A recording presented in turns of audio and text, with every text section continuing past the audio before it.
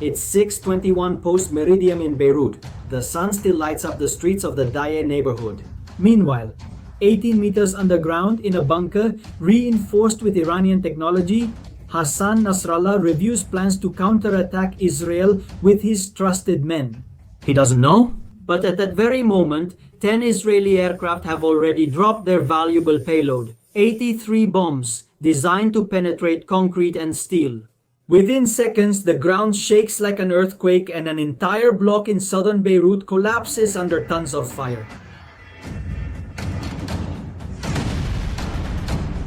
That's how the life of the most protected man in Lebanon ended, the leader of Hezbollah, eliminated in an operation that Israel had prepared for decades. Today, a year after his elimination, Israel reveals how they did it. And the details are so astonishing that they seem straight out of a movie, but they were real. To understand how we got to this moment, on September 27, 2024, we have to go back. The elimination of Hassan Nasrallah was neither a stroke of luck nor a sudden decision. It was the result of more than 2 decades of espionage, patience, and technology developed especially for this day. Since the early 2000s, Israel mapped every corner of Hezbollah, its internal communications, its key commanders, and even the underground passages that served as hideouts.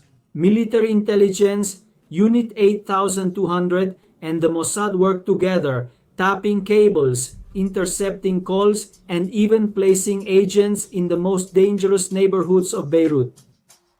In September 2023, exactly 1 year before the final attack, Mossad agents carried out one of the riskiest operations ever conducted, right in the heart of the Shiite stronghold of Airstrike.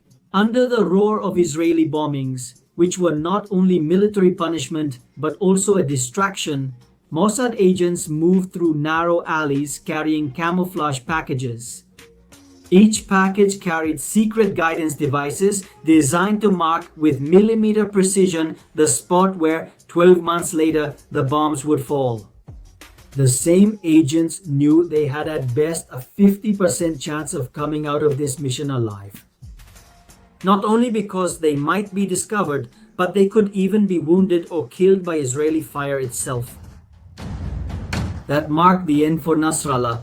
What seemed like an impenetrable shelter built with Iranian technology was already doomed. Every wall, every hallway, every underground compartment was marked on the Israeli intelligence maps. A year after that Mossad infiltration, Hezbollah was already cornered, even if Nasrallah didn't know it. Israel had launched a surgical campaign to gradually dismantle members, an organization that attacked Israel after October 7, 2023, as support for the terrorist group Hamas in Gaza, carrying out a wide range of attacks against Israel from the north on the border with Lebanon.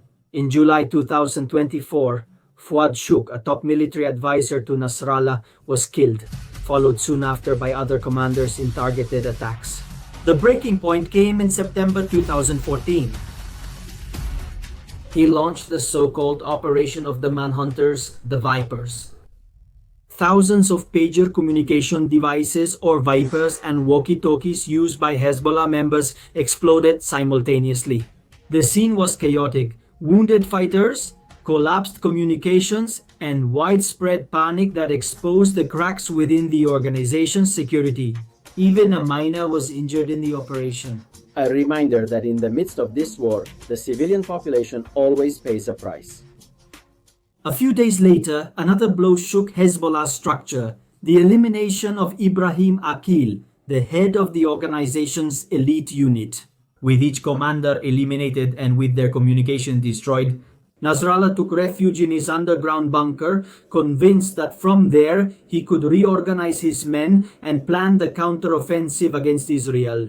What he didn't know was that this very shelter had already been marked with the precision of the Israeli Mossad. We arrive on Friday, September 27, 2024. Israeli intelligence had confirmed what they called golden information. Nasrallah would be in his bunker that day, meeting with his closest advisors. It was the opportunity they had been waiting for years, but also a decision full of many risks. In Tel Aviv, the military leadership was debating whether to notify Washington to coordinate the strike and avoid a regional escalation. Some insisted on waiting, while others, like the director of Mossad, David Barnea, pushed to act immediately. Meanwhile, Prime Minister Netanyahu was in New York, attending the United Nations General Assembly. He received the warnings from afar. If action wasn't taken at that moment, the opportunity could be lost forever. The decision was made at the last minute. Netanyahu, from his hotel in Manhattan, gave the final order.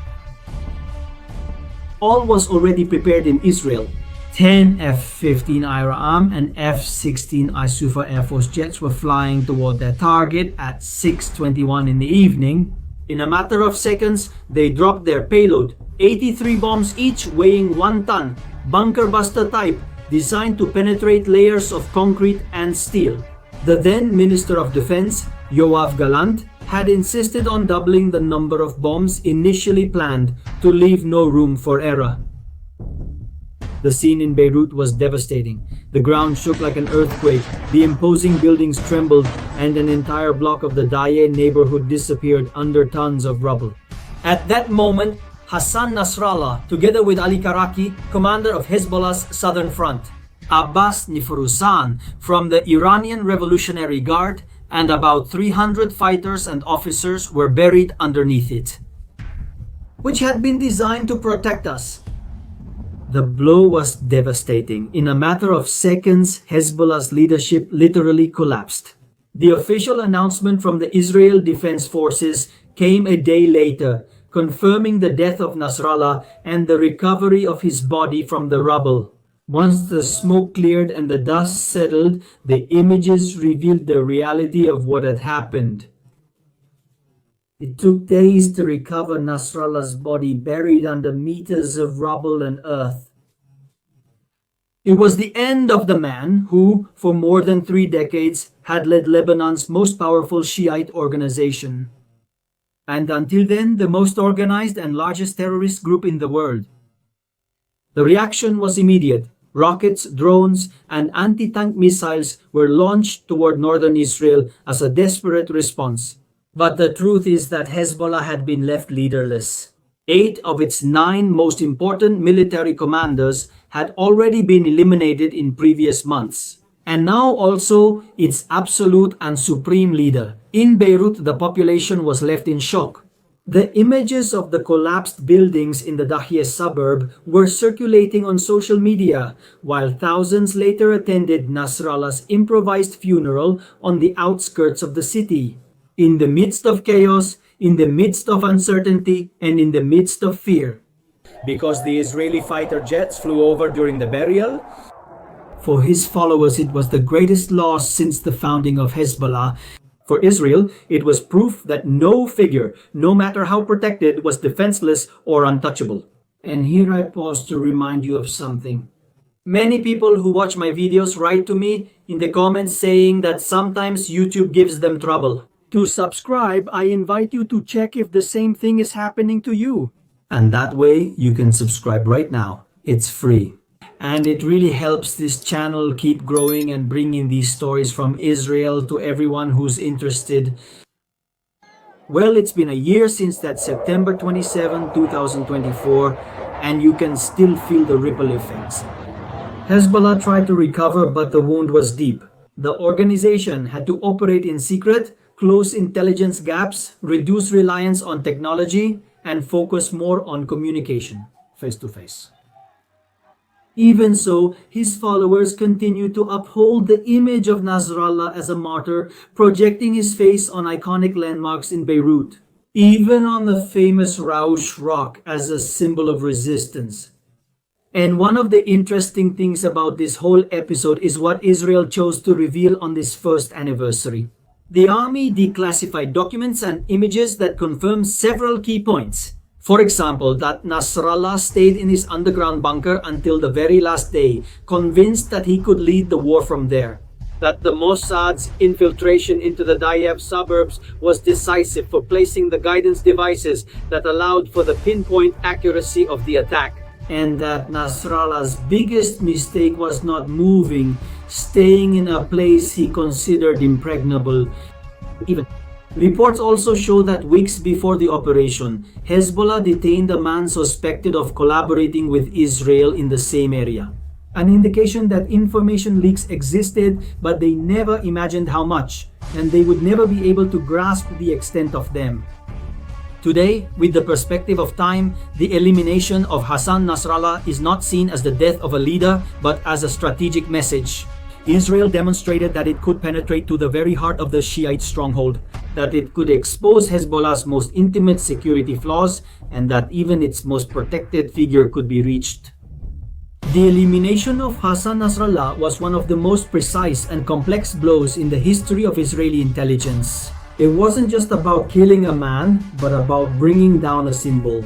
For Hezbollah, Nasrallah was more than a political or military leader. He was the face of Shiite resistance in Lebanon, the strategist who had survived wars and always seemed one step ahead. His death sent a clear message. Was Hezbollah political or Shiite? A strategist, always ahead. The question is, what comes next? Hezbollah still exists, with thousands of fighters and an arsenal of more than 100,000 rockets aimed at Israel. But the confidence in its invulnerability was completely shattered. And in the Middle East, when the perception of invincibility is broken, it opens the door to new power dynamics. A year later, what is clear is that Operation New Order not only changed the history of Hezbollah, it also left a mark on all of Lebanon, and it sent a clear message to Tehran and to all of Israel's enemies. Absolute security does not exist. Thank you for joining me in this review of one of the most impressive episodes of the war in our region. If you haven't done so yet, I invite you to subscribe to the channel, activate the notification bell so you know when I upload a new video, leave your like, and of course, share this video. Here, from Israel, we continue telling those stories, the details of what is happening here in this country and in the region. See you.